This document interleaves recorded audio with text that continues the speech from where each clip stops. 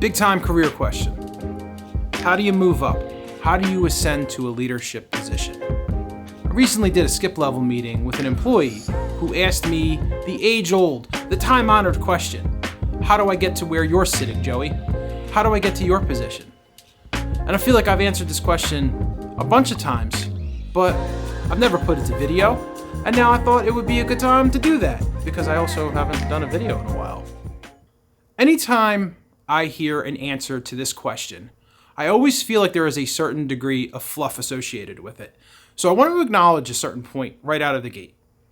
To ascend to a leadership role, to ascend to a higher level role, especially within a corporation, there's a certain degree of luck that has to be acknowledged. Right place, right time.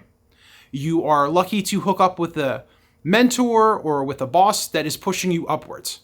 Some people don't have that at all times of their career or at any point in their career, and they are a perfectly awesome, delightful employee. They just don't get the right push. So I have to acknowledge that there is a massive amount of luck that goes into this, just depending on when you work for a certain company and who you work for. With that being said, there are things to make you more attractive and more groomable for the next level. Right out of the gate, the thing that I'm always looking for is someone who is passionate about their job. And I don't mean passionate like a crazy person, like, I love this corporation. It is the most wonderful place in the world. I'm going to get the logo tattooed on my arm. I literally met someone who did that. Don't do that. Don't tattoo the company logo on your body. Like, even if it's for like a bet, don't do that. As a leader, I'm looking for passion. I'm looking for someone who really cares about the job, who really cares about learning the fundamentals of the job and why the job is important, and invest the extra time to grow into the role. Not everybody wants to do that. Some people want to do their 9 to 5, 8 to 5, whatever it is, and go home. And also, there's nothing wrong with that either. But you want somebody who's really into the job, who really kind of digs it, understands it, wants to know more, wants to really dig in. And that's the thing about developing into a role and becoming even a leader in the role. You have to be passionate about the job. But passion only takes you so far.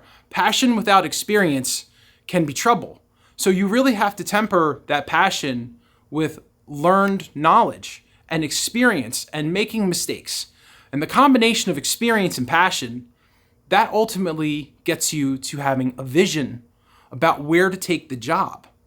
I would also add that in addition to passion and experience, which gives you vision, it's kind of okay to embrace anger and frustration. Being frustrated in a job, being in a job long enough to see what isn't working, that will give you a target and saying, I can fix this problem.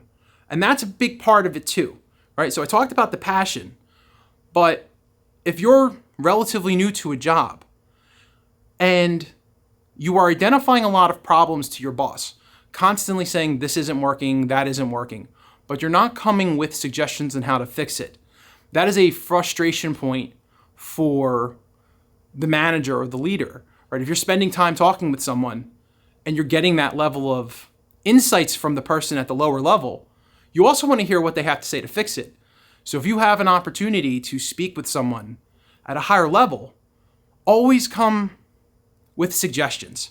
As a leader, I want to hear about the problems that people are facing, but I also want to hear about some of their ideas to fix it and how to implement that. And honestly, if you're really young and new to the job, I don't have the highest of expectations generally, right? I expect someone, if they're being honest about a problem, to just express the problem and not necessarily have a fix. But if you've been somewhere for a little while and you have some experience, don't just present a problem, always offer a solution. And I know that sounds like a canned cliche, but it really is the truth. The more I progress in my career and the more opportunities I have to mentor and lead people, that's one of the key differentiators that I'm always looking for. I'm always looking to see if an individual is coming to me with solutions to problems that they identify. So now there's a couple of differentiators for a leader to identify when someone is ready potentially for the next level. passion, vision, experience, and problem-solving abilities. You put those 4 things together, and now you have somebody who's ready for the next thing. There are other things that you can do to help stoke your passion and build your experience. And these are some topics that I discussed in the anxiety video that I did a couple of months ago. This is a little tricky to say, and I want to make sure that this is being received with the right context. I think it's very important for companies and employers to invest in their employees. It's very important to provide training, and I think that companies should always invest in their people and provide the appropriate training. But there's a flip side to that.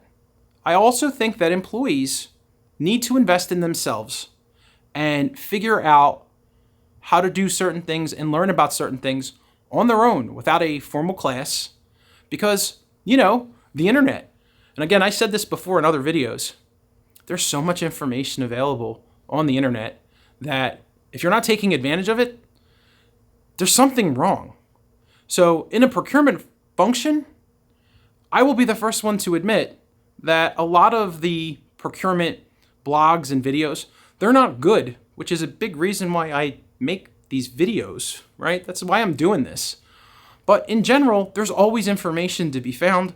There's a bunch of sources that are pretty good. Maybe they don't get updated daily, but there's at least 1 or 2 articles a month. So there are a bunch of sites that you can go to get information about procurement, or your suppliers. You should be setting up feeds, RSS feeds, which if you don't know what that is, I'll put a link below. But you should know how to set up an RSS feed or a Google alert about the suppliers that you manage, and you should be taking advantage of that on a daily basis. That connects with the passion element, right? How do I know as a leader that someone really cares about their job? I see them going the extra mile, doing the extra research, trying to uplift their coworkers and share information, share articles, passing it around in emails. That's the little differentiators that tells me someone's ready for the next thing. And also that they're invested. They're invested in their team. They're invested in the company. And those are the things that I want to see in a person. I know it's easy for some of the comments that I made to be sort of viewed as flippant or like, yeah, thanks a lot, Joe, that's impossible. But I do think if you show passion for your work, if you invest in yourself, it's going to be noticed. I really, truly, and honestly believe that. It's really important to acknowledge how luck plays a factor in career ascension and career development. And it's the 800-pound gorilla in this conversation. And I wish I can tell you that if you do all the other things, it's always going to work out in your favor. But luck has to be on your side. Opportunity has to be on your side. But those other elements, if you invest in yourself, if you're passionate about the job, you will always find opportunities. If not in the company that you're at, you'll find it elsewhere. But also don't underestimate the experience part of that. You really need that experience. You really need the opportunity to fail a couple of times and really learn to progress and to be able to convey that failure to the people that will now report to you in a leadership capacity. People like the scars.